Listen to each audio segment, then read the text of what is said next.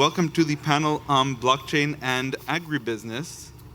I'm going to let the panelists introduce themselves, and then we'll dive in. Good afternoon. I think some of you have met me yesterday. I'm Maya Vujinovic, O Group. I'm a former hacker and a former CIO at General Electric, which this is something that applies to this conversation because I have led a team that has single-handedly tested a number of technologies, including blockchain. I've been a personally investor.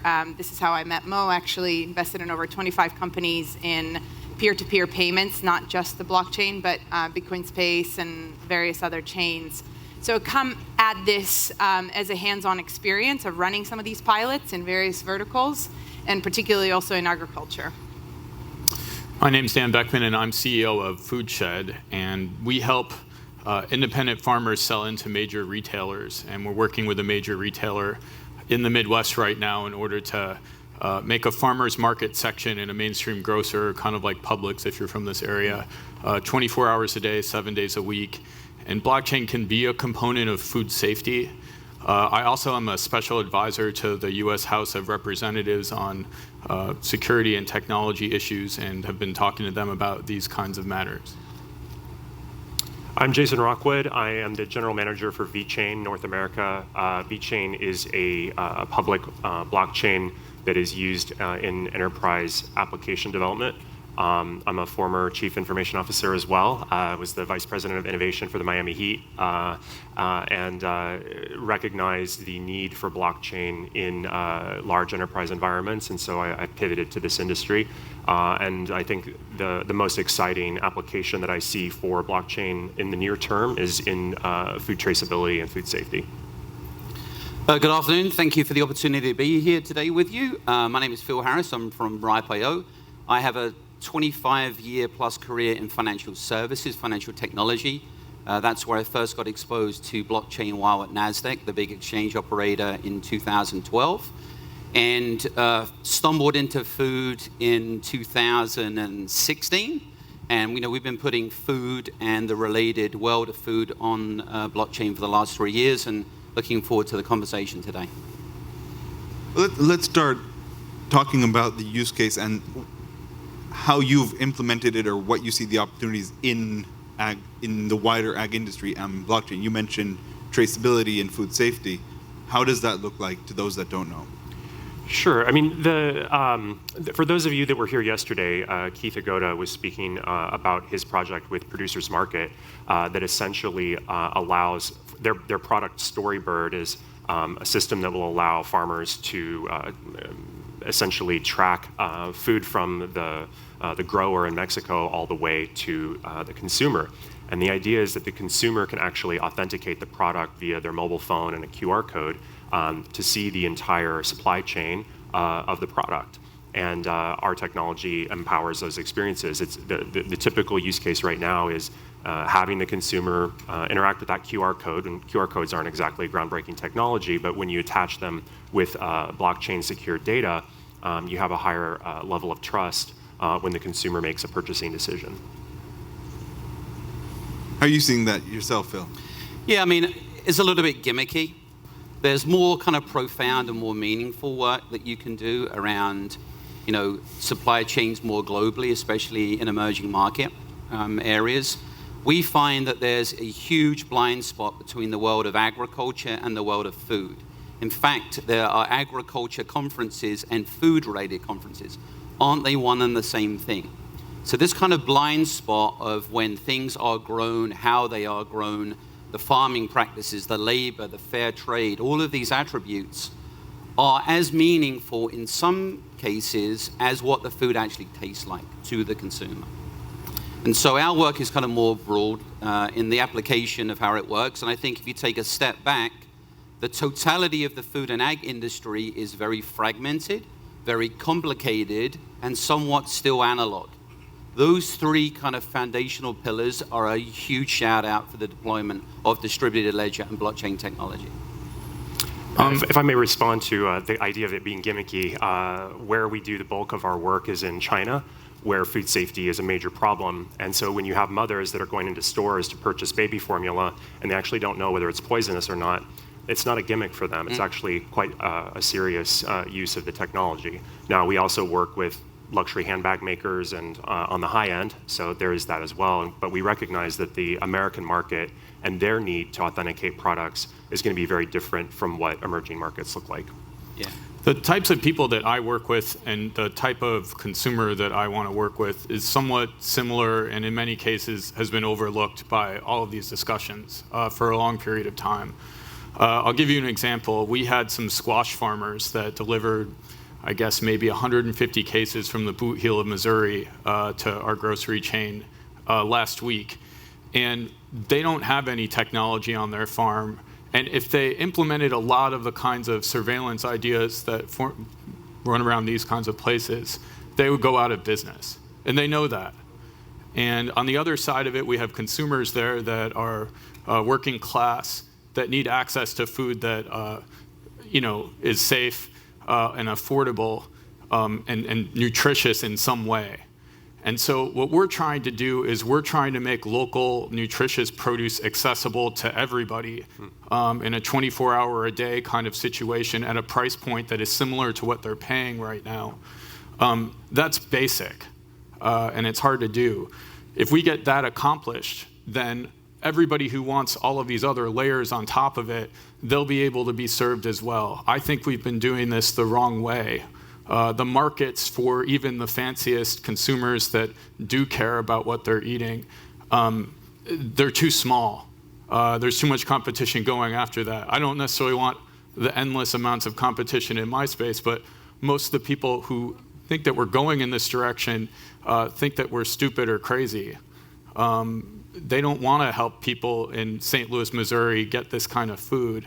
On the other side of it, when we're working with these farmers and we're trying to make them survive, we lose farms every season to various things. The blockchain traceability, the only reason that we're doing it is in the event that some of these grocers or some of these other logistics companies accept this as a standard, we don't want them to be further back in the Stone Ages on it. And it's another reason that they have a harder time getting to market. On the other side of it, to some degree, because we have a complicated supply chain, we also want to make sure that if there's a contamination issue, we're really certain about where it came from, because in some cases, one delivery that's thrown out for one farm that had nothing to do with the contamination could take them out of business. So that is a real reason to have blockchain and something that our customers are really secure about. Okay, we're not going to be taking this farm off the shelf, because generally when you have these integrated supply chains, they're able to take everything and it's fine. Maybe it makes some other people have some financial discomfort or worse, but in our case, it's existential in getting these farmers to agree to even sell to these places. One of the things I'm thinking as Daniel is speaking, that you're bringing up a really important point, which is this, what I call willingness in supply chains. We've tested a number of blockchains, and I think we do have to distinguish for everybody here, what are we talking about, public or private blockchains, right? So I don't know how many of you know the difference between that, because this today on a public blockchain does not work, and there's no usability, nor there's any effectiveness. Quite opposite. It's expensive, it doesn't work, it doesn't provide any bottom line to any of the farmers. Quite actually opposite, it's expensive for them, it's burdensome, and it can only be used by large companies to even ride more on those farmers, to benefit from them. So I think that's important to get clear from the guys, what are they actually using. On the willingness in supply chains, what I've noticed and globally, and I couldn't agree with Phil, right? In emerging markets, huge need. But at the same time, there's such a gap in willingness to solve it. There's so many middlemen and companies in between, even though you have right now flexible APIs with fancy databases, by the way, that work really nicely, QR codes, you don't need any fancy blockchains, but there's no willingness to input the data. There's no willingness to give that data. There's no willingness to give the information. There's no willingness to scan. And so you're running into a human versus technology problem. So this is not just, let me put this in, and to your point, right? Like, how do you force these guys to see the benefit, and is there a benefit, right? And once they lose that one container, right, they lose the business. And so where is that willingness, right? It doesn't just solve it just because you have it and you've given it to them, right? There's got to be a willingness to solve the in-between. I think it's beneficial to delineate different promises of blockchain technology. As it relates to traceability, we're covering that pretty well. But it's very different than supply chain benefits and also the new innovations in loans to, or microloans to farmers. You have a lot of experience in Africa, in emerging markets. The loans, micropayments, and new investment opportunities overseas is another benefit of the blockchain more widely, but specifically with payments. Sure, absolutely. In insurance and lending, and I can definitely say, even from 2007 when I started doing payments in Africa, and to figure out how do you lend to these folks who are, right, even coconut producers, right, in these remote villages that now, because of that app and the payment system, they're able to produce, 10 more bags, which to them, right, to us it's nothing, but to them is a massive income for their family. So they can just log that in, right, get instantly paid, and trucks will come and pick it up.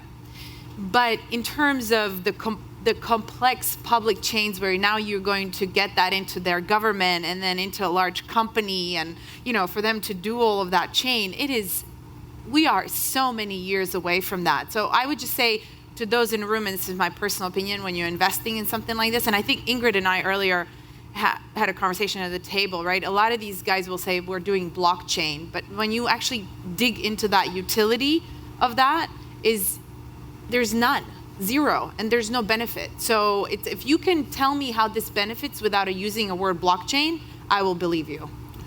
Yeah, Simple. I'd like to go back just very briefly to one comment that Jason made and refine my comments a bit. So I think in these conferences, traceability and authenticity get mixed up an awful lot. And so, the traceability of something, which is very difficult to achieve, it allows a brand to have a digital storytelling narrative about what makes their item better than the next item. It might be growing practices, it might be curation, taste profiles, on and on and on. And I think there's definitely a subset of the consumer base that is going to resonate with that, right? And is there a future world where unless there is an item of this information on a ledger for me to see, do I trust this brand like my parents and my grandparents trusted it? I think that's open for debate. The authenticity of the mother's milk, substitutes with milk powder, and people with illnesses and allergies to food, these are, life-threatening situations. And in some parts of the world, there's a lot of fraud that goes on. And so, just to make sure that, those particular use cases are very meaningful and they're required today. But there's this other subset of the industry which is more around amplifying a good actor and a good brand to tell that story, which may not be resonating with a certain part of the consumer base. Well, I do have a question for that. Does that have to come from a policy point of view, or is it technology? Because even if you look at FDA approvals here that have caused people multiple cancers, they've been approved by FDA. So how do we, is that a technology force, or is that some kind of a top-down? There's more organic food sold in the US than's grown in the US. Yeah, okay. So do we have to? Yeah. So it's at the very early nascent stages of this technology finding real application and value across the totality of the supply chain. So I don't want to hog all the airtime, but I was in Washington, D.C. on Monday at an FDA-sponsored event, which is looking at the era of the future of food safety. And every other person used blockchain in some descriptor of the role it could play in improving some element of their supply chain. I think it's still very early, and I think there are going to be winners and losers in terms of vendors and participants. But this will redefine supply chains, period. And food and ag gets a little bit lucky in that it hasn't really gone through any meaningful digitization event over the last 50 years. And so it can kind of leapfrog all of that innovation. I have a point to make, and this is a little bit personal. So I've had food poisoning since I got here.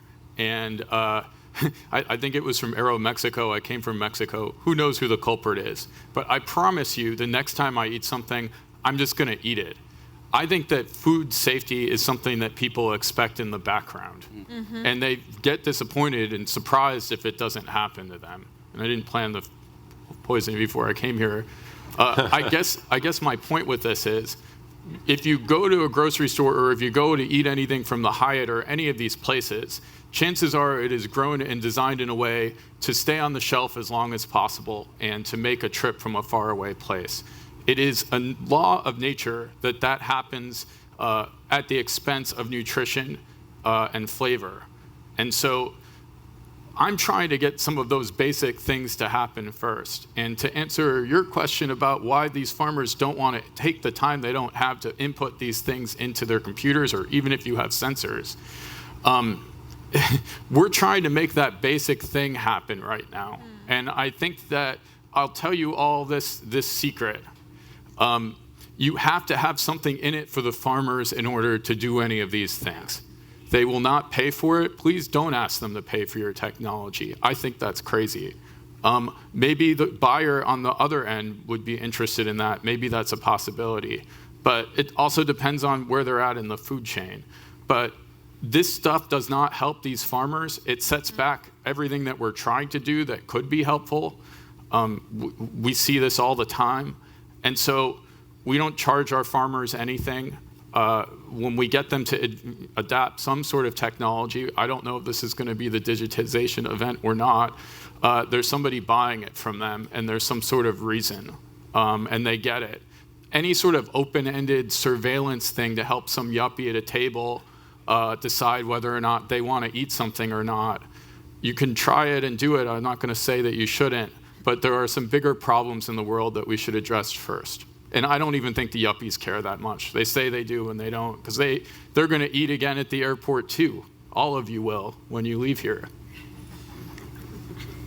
Good luck. Do you need a glass of water? No, I'm okay. Do I look okay? I think I'm okay. Yesterday was terrible, but today I'm going to make it. So I think on a high level, we're talking, first, blockchain promises a lot, and people get confused with the term, and in an effort to look more interesting, say that they're using blockchain. And there are initiatives which are working to make this easier to implement. And I'm wondering how VeChain looks at these things, because you guys must be working on, and a lot of the promise has been blockchain in the background is going to be the future, where you don't know that there's a blockchain securing the data and transferring data among different parties. And that's the only way it works. It's a mutualized database. But how does VeChain look at the sort of the roadmap for 3 years is probably going to become easier to use and more almost like a middleware between things? Yeah, I would agree with that. Where I think VeChain has an advantage in the market and what we bring to the table that is of interest is that we make blockchain so easy to use.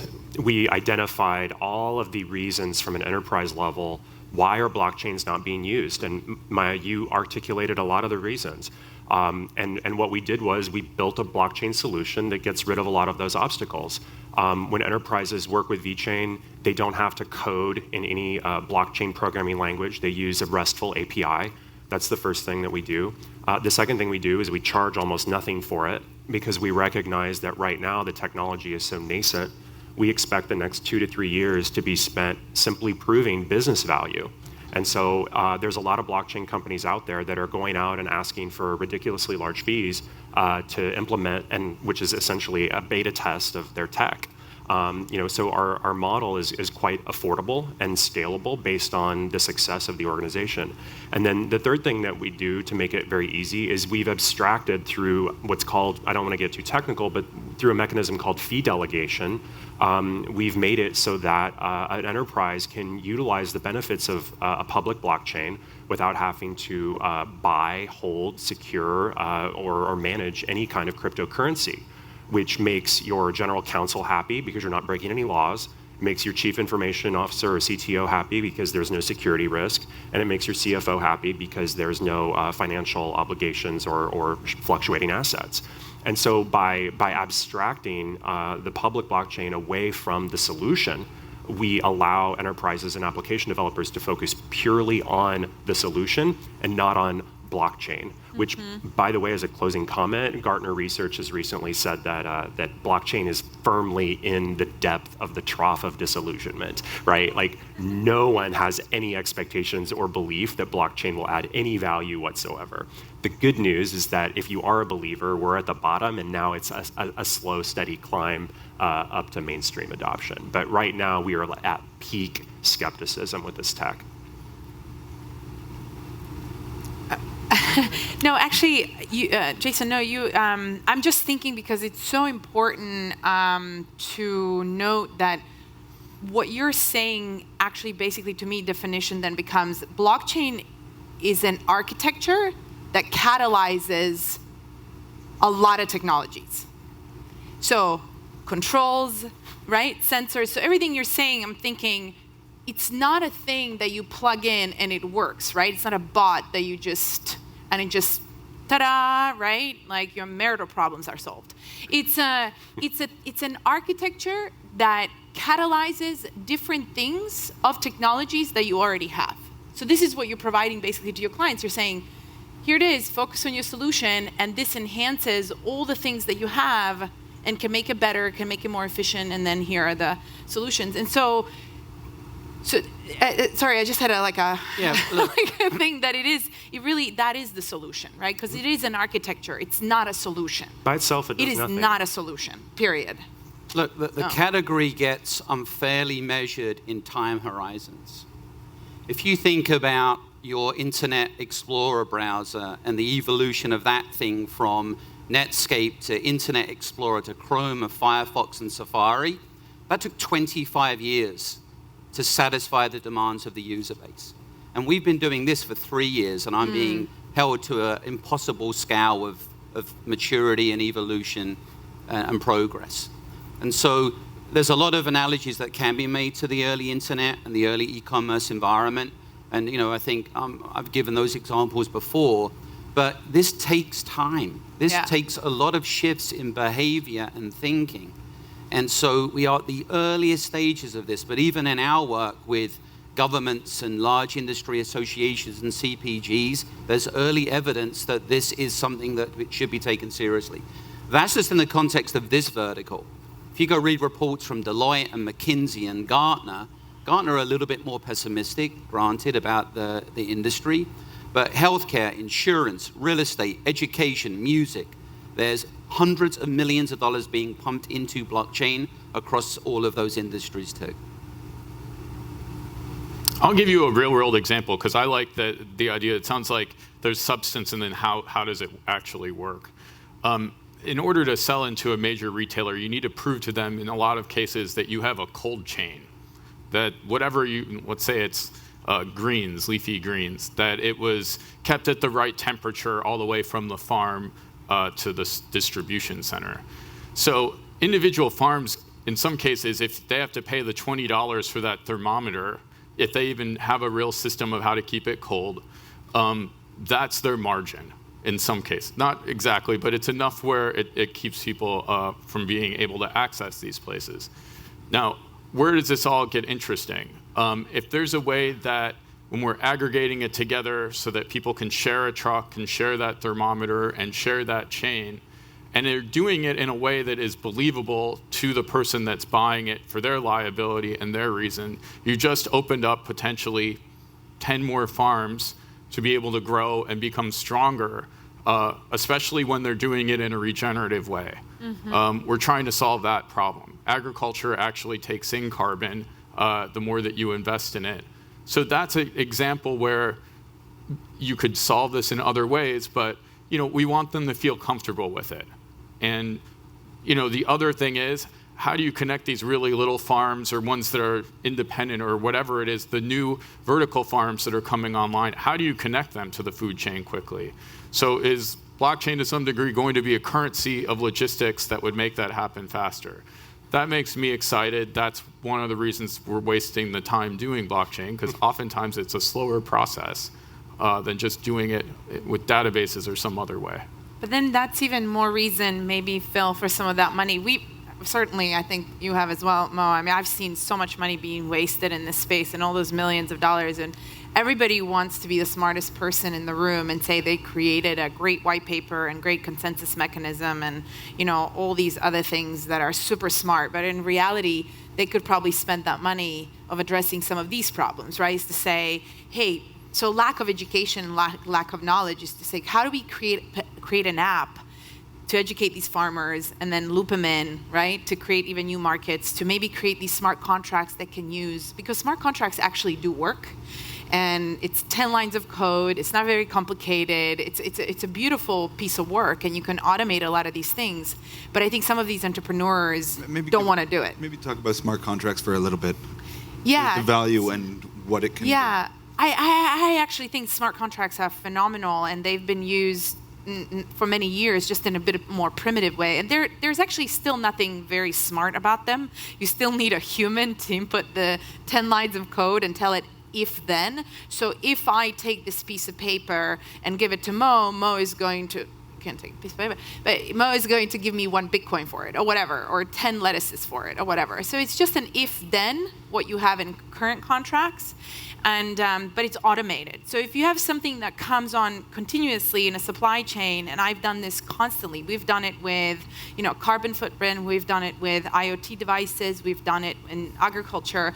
This actually works. But I can't find one entrepreneur out there who doesn't want to be the smartest dude in the room, who's going to say, no, but I created a great consensus mechanism, and this is a new blockchain that the world is going to use, and it's going to change the world. And I say, direct those smarts and collaborate with this guy, and then create something actually useful for this company or whatever, Jason's company or whatever it is, and have 50 farmers using it, and maybe then call yourself smart. And that's what's missing, right? Technology is not missing. So these smart contracts work, but what's missing is actual people that want to solve these real life problems. Well, this is the real promise of stripping costs out of a low margin business. And so if you think about how the certification bodies, the food safety bodies, the payment bodies, and then the actual people that make the food, they're all very siloed in their own right. And so I take receipt of something, box of oranges, box of tomatoes. If I can now layer in other processes that say, yes, that is the right quantity, it's the right pack size, it has the right certifications, it's been within the cold chain environment, to Daniel's point, I don't have to then go send a piece of paper, phone Joe in the warehouse to then do his job. This code is already pre-programmed to know those specific markers. I need this and this and this in order to do the next thing. And so you can start interconnecting things like insurance and crop insurance and payments and remittance and certifications. And so even in the large kind of corporations that we work with, they're very siloed in their own right, and they have to wait a while for the next person in the other department to give them the green or the red or the yellow light, as example. So this is about collapsing process. And smart contracts, I don't like the term very much either, because they're not very smart until you tell them what to do. But it's an automated piece of code that reacts to information which it sees, and they get smarter. And the more information that you gather, this is now you can layer in machine learning and AI on top of this, and all this now becomes tons more efficient, and it just strips out a lot of inefficiency and then redundant cost. We've got about a minute and a half left, and so I think this panel has been great in giving a realistic view of the opportunities, promise, risks of the blockchain overlap with agriculture. And to end, I think we should all give a positive view on the future of blockchain as it relates to the ag industry, starting with Maya. No, starting over there. I don't play by your rules. I'm happy to go. Look, I think blockchain is one tool of many tools that helps with the digitization of food more broadly. And when food becomes more digital, I, as a consumer, can now have a more informed conversation with my food. So I don't have to look at it. Is it round? Is it firm? What's the color, right? Those are kind of the dimensions of how I buy something today. I want to know its food journey, its nutritional value. So in a future state of personalized food, where I'm going to upload my 23andMe profile, it's coming one day, this will happen, and then my menu will be prescribed of the foods that are best for me with my genetic profile, my genotyping and my phenotyping. And so now I can actually eat food that's better for me as a unique human being. But there's so much data that you need to collect in order to have this more meaningful interaction with your food. This is the work of IoT, big data, machine learning, and AI. And whether that's 1 year, 5 years, 10 years, I'm not in the business of crystal ball projections, but I do see as Netflix, Pandora, Spotify have kind of given me this customer preference of what I read, what I listen to, and what I watch about my own personal preferences. That will happen to food. It's just going to take a little bit of time. I would agree with everything that Phil just said. That's definitely the vision. When I think about where blockchain and food come together, that pretty much summarizes it. All I would say as a closing statement is to echo something that Maya was pointing to earlier. A lot of people talk about blockchain as being in the early days of the internet. I prefer to use more of an analogy about like cloud computing, like Amazon Web Services. Blockchain it's just a piece of infrastructure. It's like email. Email is going to change the world. Anybody can use an email. Anybody can send an email. But the point is, what are you going to put in the email, right? It's like Amazon Web Services. It's just a server. It's empty. There's nothing there. The question is, what is the smart application that you're going to build that can live in the blockchain? And so where we're at as an industry is that we've proven that the technology works, but we haven't proven the business value. So we've invented email, but what do you do with it? That's kind of where we're at. I could ditch blockchain. I don't care. I mean, I don't. Is anyone here really in love with it and they need it? They sleep with it at night. I'm using it or understanding it because I'm worried about these farmers having larger distances between their markets and where they're growing their things. And I don't want this to be another one where they get left behind. Additionally, there are also grocery chains, retailers, and people like that can't afford this, like the big people. So that's why I'm watching it, but I don't really care about it. I kind of wish it would go away, but maybe it won't. So I'm going to be watching it and trying to make it something useful if it is. Very, very positive statement. I think it's positive. I think for me, it's two things. One is fair pricing, fair remuneration for some of these farmers. I'm kind of partially there with you, Daniel. I really, as yesterday, some of you have heard, my dad's side of the family has been in farming for a long time. This is where our food comes from. So if blockchain or any piece of technology you're investing in can help our farmers, this is what I'm for. And I'm really excited about fair pricing and that technology contributing to them. The second piece I'm really curious about, and very similar to what Phil was saying, personally, I have a strong passion and invested in a number of different companies that are in biohacking and longevity. Just on my own health and people that I know. And so I'm very excited with some of these technologies that literally can tell us, what to do and how not to get sick and how to prevent certain things. And yeah, so those are the two things. So can I just give one more data point? This I know we're running late, but this one fascinates me. So this industry of food and agriculture tolerates 30% waste at the farm level, right? So 30% of the food that is grown doesn't end up in your refrigerator, okay? So let's talk about Toyota and Apple as proxies. Do you think that 3 out of 10 Priuses, they would tolerate that as a corporation? They wouldn't end up in the garage of the consumer? But why is that? No. Let's give a great round of applause to our panelists.